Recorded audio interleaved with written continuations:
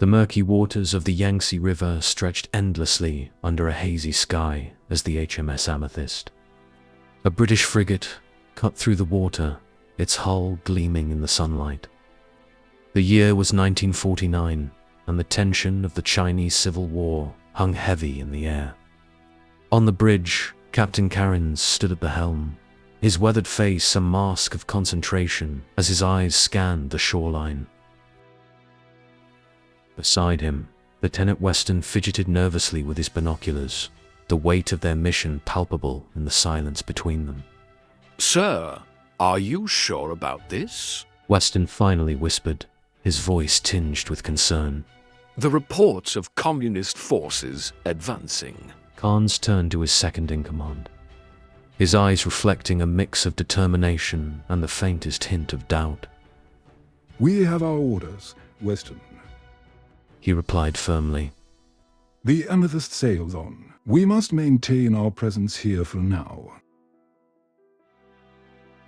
Below decks, a small black and white cat named Simon padded silently through the narrow corridors. His keen senses picked up on the nervous energy that permeated the ship. As he moved, two sailors passed by, their hushed conversation catching his attention. "Did you hear? The fighting's getting closer every day." One sailor murmured worriedly, his young face creased with concern. His companion, a more seasoned sailor, scoffed, but the uncertainty in his voice was palpable. "Rubbish. We'll be fine. The brass wouldn't keep us here if it wasn't safe." Simon's whiskers twitched as he absorbed their words. Though just a cat, he seemed to understand the gravity of the situation. He resumed his patrol, slipping into the shadows of the ship that had become his home. Over the months, Simon had become more than just a ship's mascot. He was a silent guardian, his presence a comfort to the crew in these uncertain times. As night fell, the crew gathered in the mess hall, an uneasy tension hanging in the air. Abel Seaman Jones, a young man with a boyish face that belied his growing anxiety, sat at one of the tables, absently stroking Simon, who purred contentedly on his lap. The cat's warmth and steady purring provided a small measure of comfort amidst the growing unease. Petty Officer Chun, a British-Chinese sailor in his 40s whose experience bridged to worlds, approached with a grim expression. His eyes, usually twinkling with humor, now held a somber look. "Jones, your turn on watch," Chun said, his voice low. "and keep your eyes peeled. Something doesn't feel right tonight." Jones nodded, swallowing hard. He gently placed Simon on the floor, giving the cat a final scratch behind the ears before heading to the deck.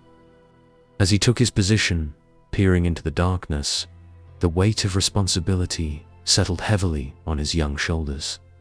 The river, usually a source of calming background noise, seemed unnaturally quiet.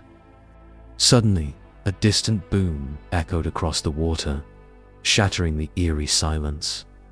Jones' eyes widened in terror as he realized what was happening. "Incoming," he shouted, his voice piercing the night air, alerting the ship to the danger that was upon them.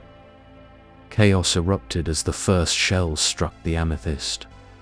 The Wanscombe River became a maelstrom of explosions and flying debris. Sailors scrambled to battle stations, their training kicking in, even as fear threatened to overwhelm them. On the bridge, Captain Cairns barked orders, his calm exterior belying the rapid calculations and decisions he was making to save his ship and crew. Amidst the mayhem, Simon darted between legs and through narrow passages, his feline agility allowing him to navigate the suddenly treacherous landscape of the ship. The Amethyst rocked violently as more shells found their mark, the sound of tearing metal and shattering glass adding to the cacophony of war. As smoke billowed from multiple hits, the ship listing dangerously, Cairns emerged from below decks, his uniform singed and his face streaked with soot. The decision he had hoped never to make now seemed inevitable. "Abandon ship," he shouted, his voice hoarse but carrying the full weight of command. "All hands, abandon ship." The crew rushed to the lifeboats, years of drills now put to the ultimate test. But even in the midst of their own peril, thoughts turned to their smallest crew member. Jones hesitated, looking around frantically. "Wait, where's Simon?" he cried out, his voice barely audible over the chaos. Chun, always practical, grabbed Jones' arm, pulling him towards a lifeboat. "There's no time," he yelled, his face a mask of grim determination. "We have to go, now." As the lifeboats pulled away from the stricken Amethyst, the crew watched in stunned silence as their home burned. The ship, once a symbol of British naval power, now lay crippled and smoking in the muddy waters of the Yangtze. Jones cast a last anguished glance at the ship, praying that somehow, against all odds, Simon had found a way to survive. The following days were a blur of fear, uncertainty, and desperate hope. The Amethyst, though badly damaged, had not sunk. Instead, it lay grounded on a sandbank, a testament to its sturdy construction and the skill of its crew. As negotiations began between British and Chinese officials, a small contingent of crew, including Karen's, Weston, Chun, and Jones, were allowed to reboard the vessel to assess the damage and maintain essential systems. As they picked their way through the debris-strewn corridors, the full extent of the damage became apparent. Walls were buckled, equipment destroyed, and the once immaculate decks were now a chaos of twisted metal and shattered glass. Yet, amidst the destruction, hope flickered. Jones moved cautiously through the lower decks, his heart heavy with the thought of Simon. "Simon," he called softly, his voice echoing in the eerie quiet. "Here, Kitty." For a long moment, there was only silence. Then, faintly, a sound reached his ears. A meow, weak but unmistakable. Jones rushed forward, his heart pounding. There, huddled in a corner, singed and dirty but very much alive, was Simon. "You tough little bugger," Jones exclaimed, relief washing over him as he scooped up the cat. Simon, despite his ordeal, began to purr, a sound that seemed to fill the damaged ship with a renewed sense of hope. The mood on the ship lifted noticeably as Jones brought Simon to the bridge. Even Captain Karen's, worn down by the weight of command and the dire situation they faced, allowed himself a small smile. "Well, I'll be damned," he said, reaching out to scratch Simon behind the ears. "Welcome back, sailor. Seems you're as tough as the rest of us." Over the following weeks, as negotiations dragged on and the ship remained trapped, the crew worked tirelessly to repair what they could. Simon, recovering from his own injuries, resumed his duties with a determination that inspired the men around him. He hunted rats in the lower decks with renewed vigor, keeping the rodent population in check and protecting the ship's precious food stores. Captain Karen spent long hours negotiating via radio with Chinese officials, his diplomatic skills tested to their limits. The political situation was complex, with the ship now an unwitting pawn in a larger geopolitical game. Weston and Chun worked to inventory their dwindling supplies, rationing carefully to ensure they could hold out as long as necessary. The situation was grim, but the presence of Simon seemed to bolster the crew's spirits in ways they couldn't quite explain.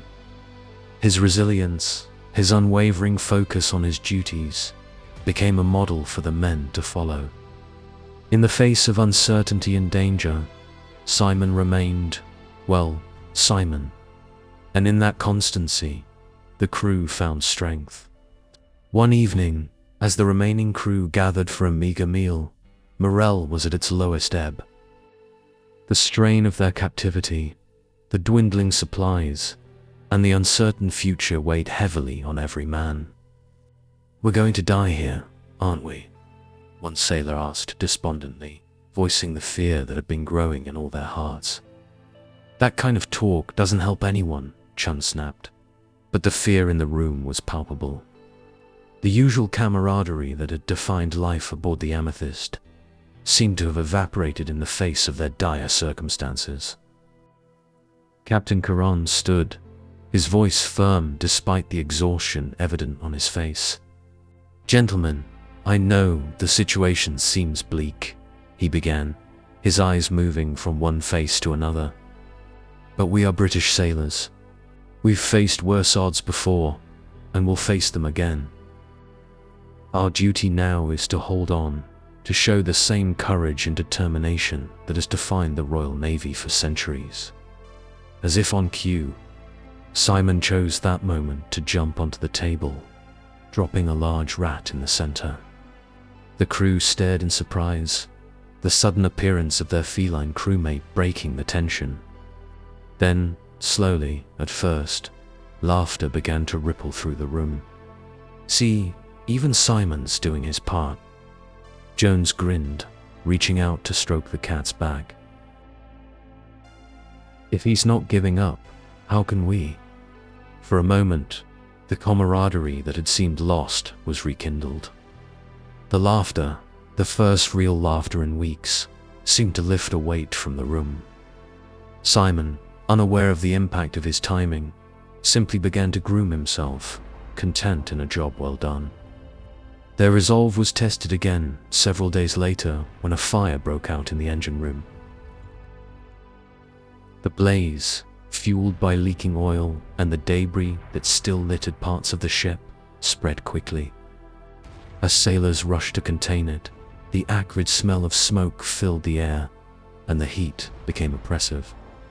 "The fuel lines," Chun shouted, his face streaked with sweat and soot.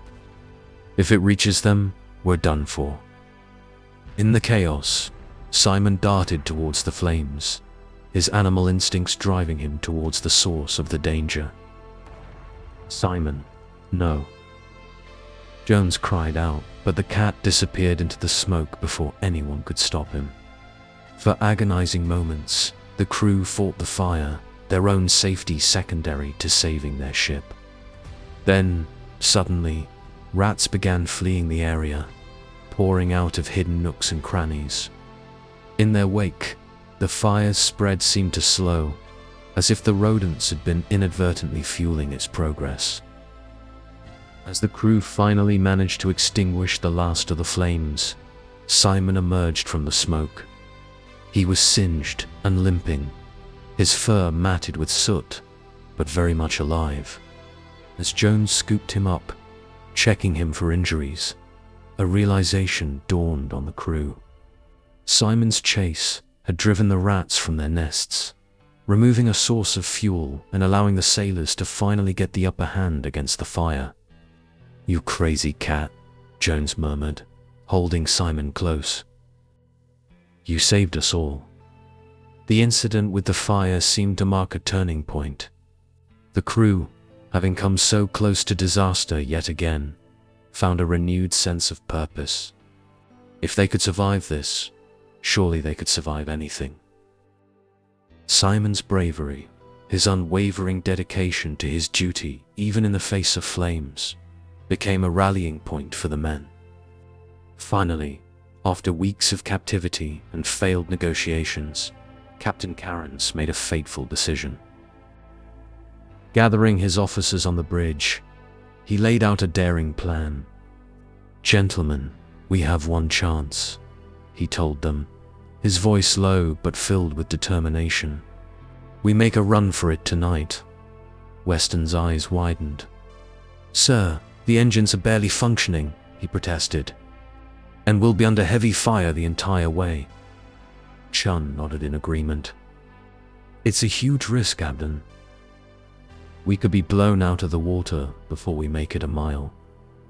Cairns looked at each of his officers in turn, his gaze steady. "It's that, or surrender," he said simply. "I know which I prefer. The question is, are you with me?" One by one, the officers nodded. The die was cast. As night fell, the amethyst slowly pulled away from the sandbank. That had been its prison for so long. For a few tense moments, it seemed they might make it without detection. Then, suddenly, searchlights blazed to life on the shore, illuminating the ship in harsh white light. "We've been spotted," Weston called out, his voice tense but controlled. Karen's voice rang out clear and determined. "Full speed ahead. Evasive maneuvers." The amethyst zigzagged down the river, shells exploding in the water around it. The damaged engines groaned under the strain, pushed to their limits and beyond. On the bridge, Weston expertly navigated the treacherous waters, his hands steady on the wheel despite the chaos around them.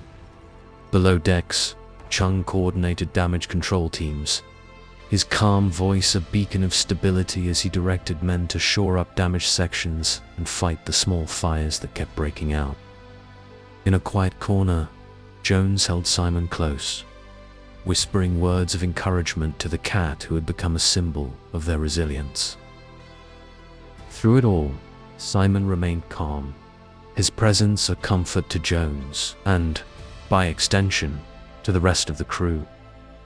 The cat who had survived the initial attack, who had braved fire to save them all, now seemed to embody the spirit of the amethyst itself, battered but unbroken, determined to see this through to the end.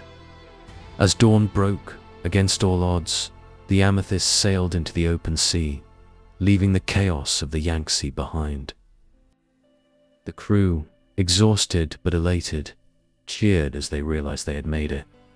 They embraced each other, laughing and crying in equal measure, the joy of survival overwhelming them. On the bridge, Captain Cairns allowed himself a small smile of satisfaction. They had done it. Against overwhelming odds, they had escaped. His gaze fell on Simon, who was perched regally on the chart table, surveying the celebration around him. "Well done, Simon," Cairns murmured. "Well done indeed." Months later, in London, a formal ceremony was held to honor the crew of the Amethyst. As the men stood at attention, resplendent in their dress uniforms, a small black and white cat sat at the front, a tiny medal gleaming on his collar. For gallantry under fire and distinguished service aboard HMS Amethyst, the Admiral read, his voice carrying across the hushed room, "We award able Sea Cat Simon the Dickin Medal, the highest honor for animal bravery in wartime." As cameras flashed and applause filled the room, the crew of the Amethyst stood tall, their faces beaming with pride. They had faced unimaginable challenges together and emerged stronger for it. And at the heart of their story was Simon, the small cat whose courage had inspired them all. In the years that followed, the tale of Simon and the HMS Amethyst would be told and retold, a testament to the unbreakable bond between sailors and their feline companion, and a reminder that heroes can come in the most unexpected packages. For the crew of the Amethyst, Simon would always be more than just a cat. He was a symbol of hope, resilience, and the indomitable spirit of those who go to sea. Long after Simon had passed on, his legacy lived in the hearts of those who had served with him. In naval academies and on ships around the world, the story of the brave cat of the Amethyst became a legend, inspiring new generations of sailors to face adversity with courage and determination. And on quiet nights, when the sea is calm and the stars shine bright, old sailors still tell the tale of Simon, the cat who became a hero, and of the HMS Amethyst, the ship that refused to surrender. In their stories, Simon lives on, a small but mighty guardian, forever watching over those who brave the seas in service of their country.